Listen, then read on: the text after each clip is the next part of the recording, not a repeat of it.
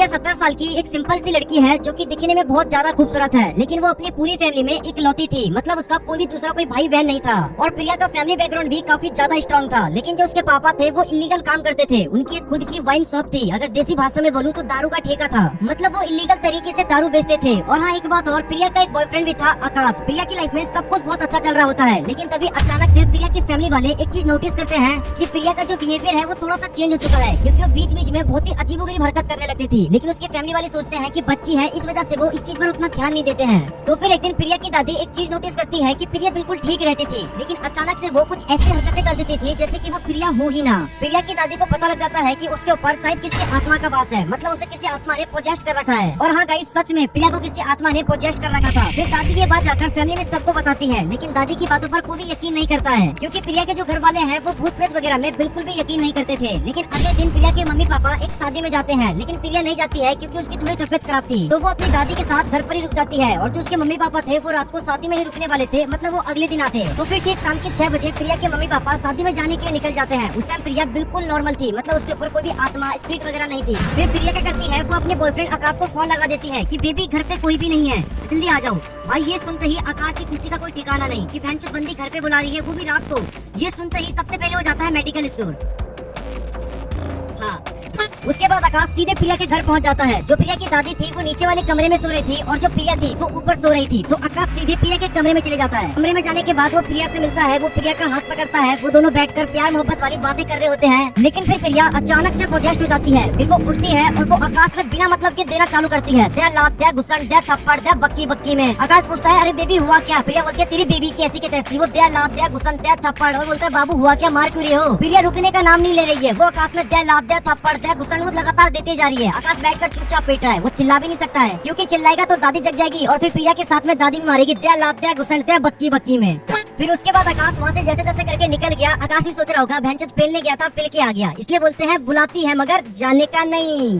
फिर इसके ठीक 2 दिन बाद जो प्रिया की दादी थी वो किसी कारण से गाँव चली जाती है। लेकिन उस दिन के बाद से प्रिया की तबीयत बहुत ही ज्यादा खराब हो गई थी। मतलब प्रिया अब ऐसे अजीबोगरीब हरकत करने लगी थी कि जो कोई नॉर्मल इंसान तो बिल्कुल भी नहीं कर सकता था। प्रिया जो थी वो अपने खुद के बाल को चबाती थी, वो अपने नाखून चबाती थी, वो अपने बगल वाली पार्ट को अक्सर चाटती रहती थी।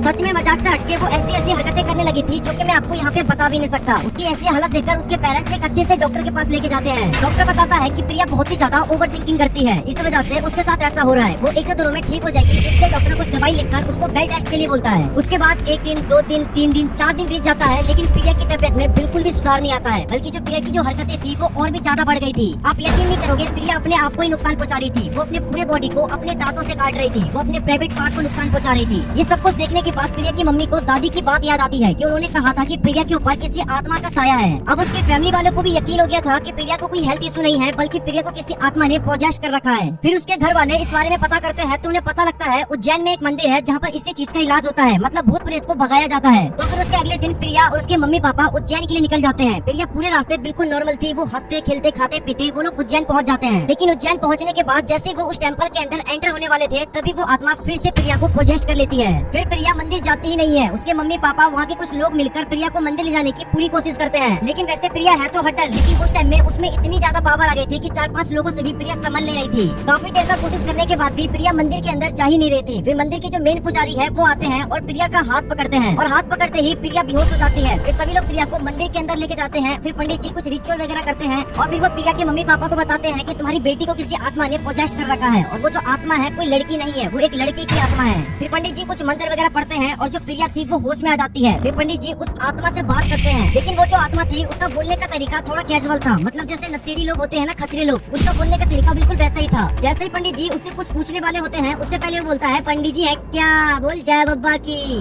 सच में गाइस उसका बोलने का तरीका बिल्कुल ऐसा ही था। उसके बाद पंडित जी उससे पूछते हैं कि तुम हो कौन और तुम इस लड़की के शरीर में क्यों आए हो और तुम चाहते क्या हो उस लड़की के शरीर से जाने का। वो सीधा बोलता है कि मेरा नाम राजू है और मैं इस लड़की के शरीर से तभी जाऊंगा जब मुझे डेली का एक क्वार्टर मिलेगा। क्वार्टर मतलब दारू।